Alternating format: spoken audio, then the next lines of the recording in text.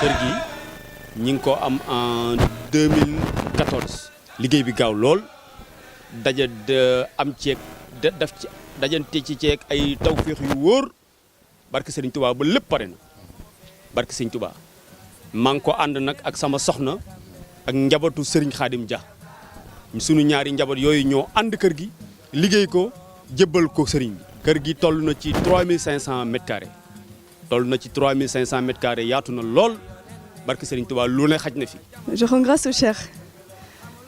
Le Cher, il est passé par nous, mais il n'a pas besoin de nous pour avoir des maisons. C'est juste une preuve d'amour.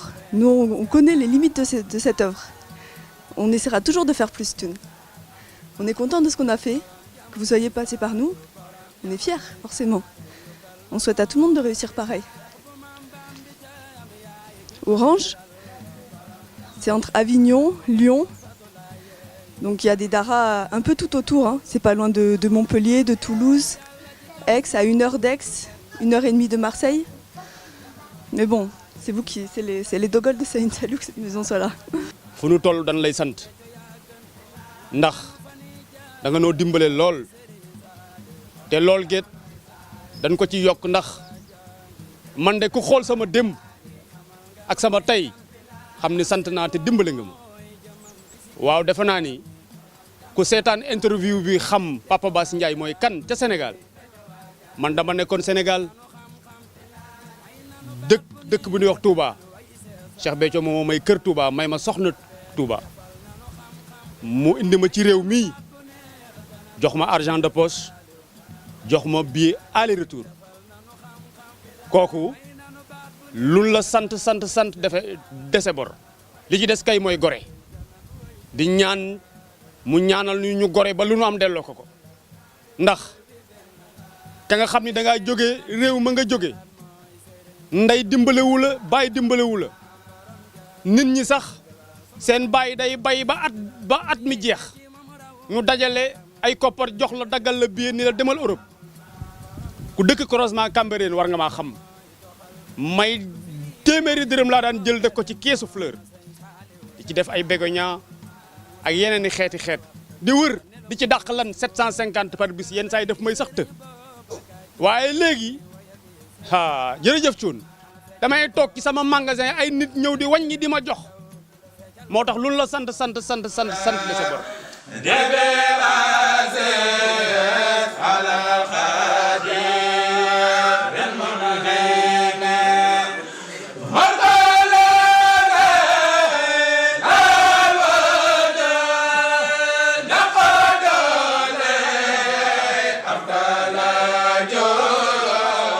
jamono dafa soppeeku ndax nit ñi dañuy jàpp ni der bu weex daa am neneen nu mu baaxoo waaye ñii dey wuute na nag ñëpp ndax danoo doon ay der yu weex jébbalu ci sëñ Béthio am ngërëmul yàlla te it di doon ay cantaakoon doon murit doon cantaakoon te cantaakoon nag daa felte lépp kaw waaw ñoom dey danoo nekk ci jaayante ga nga xam ni xam nañ ni sëriñ bee leen ko defal.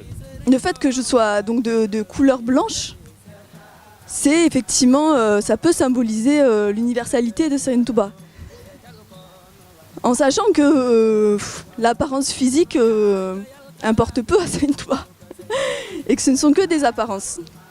Et que le Cher nous élève pas par le Wolof, pas par la langue, mais par une énergie spirituelle, par l'œuvre pour Serigne Touba, par les hadias qu'on peut lui donner. Et donc c'est une élévation qui dépasse les contingences raciales, enfin il n'y a pas de race, mais de lieu géographique, quoi, et de couleur de peau et de langue. Donc je rends grâce à Serigne Saliou Cheikh Béthio. jërëjëf Cheikh Béthio, jërëjëf Petit Serigne Saliou. Je suis honorée de la présence du Cher ici. Honorée, tellement. Grâce à Serigne Saliou. C'est grâce à Serigne Saliou que nous, notre famille, avons pu construire cette maison. Grâce à Sorna Aïda aussi. Et nous tous, on est honorés que le Cher se soit déplacé pour venir ici prendre possession de cette maison. Ah, jërëjëf Cher Béthio. Nous, on lui offre quelque chose de matériel. Mais regardez ces enfants, c'est lui qui me les a donnés. Ma vie, ma santé. C'est lui qui me les a donnés. Et ça, combien de maisons est-ce qu'on est prêt à payer pour avoir une bonne santé? Je crois même si on avait des milliards, on les donnerait qu'on ne pourrait pas l'avoir. Parce qu'il n'y a que Dieu qui peut le donner. Alors cette maison, c'est un peu, parce que c'est toujours un grain de sable face à l'immensité, mais c'est un peu pour prouver la reconnaissance que j'ai envers mon guide spirituel, qui m'a tout donné, qui m'a tout appris. C'est difficile pour moi de parler parce que il y a certaines choses où il n'y a pas de mots. Donc le Cher, il y a pas de mots quoi. Il faut le vivre. Cher Béthio, il faut le vivre. C'est aucune parole ne peut égaler je dirais même pas que c'est un sentiment, il faut le vivre quoi. Cher Béthio, il faut le vivre. Et moi je suis congolaise, je suis mariée au Djorine de Touba Lyon, Mamadou Ndiaye. Je l'ai connu, c'est le Cher qui a célébré notre mariage. On ne se connaissait pas. Et j'ai toujours voulu que le Cher trouve pour moi, enfin, je ne sais pas si ça se dit comme ça, mais me trouve la personne avec qui j'allais vivre. Je ne voulais pas choisir moi-même. Et ça, je ne l'ai jamais dit au Cher. Et le Cher l'a fait. Ce qui revient un peu à ce que j'ai dit, c'est qu'il y a des choses qu'on ne peut pas exprimer, mais qui se passent. Et c'est ce qui s'est passé. Le Cher a célébré mon mariage avec Mamadou Ndiaye à Nice. Je n'étais pas là. Et c'est le Djorine Alioune Badara de Nice qui m'a appelé pour me dire « Mambousso, le Cher t'a donné un mari, c'est Mamadou Ndiaye et il est de ma famille. » Et ma première réaction a été, j'ai rendu grâce parce que je savais au fond de moi que c'est ce que je voulais. Et ce que j'aimerais, c'est lancer un appel pour que tous les peuples, quelle que soit leur origine, quelle que soit leur couleur de peau, quelle que soit leur langue, et même quelle que soit leur religion, c'est-à-dire ce qui au début constitue une base, mais qui au final n'est qui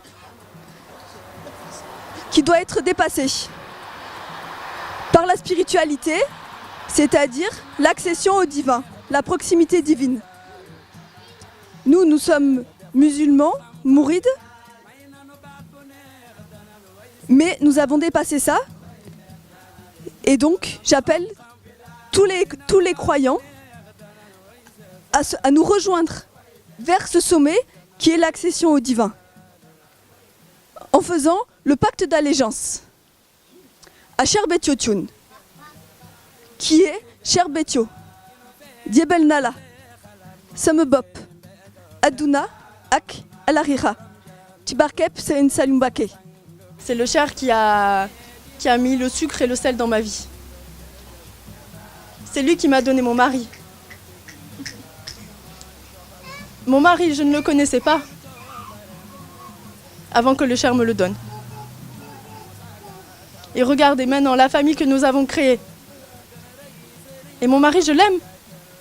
Je l'aime de tout mon cœur. Et c'est le Cher qui l'a choisi pour moi. À l'heure actuelle où les gens se séparent, moi je suis comblée. J'ai le meilleur mari du monde. Grâce au Cher.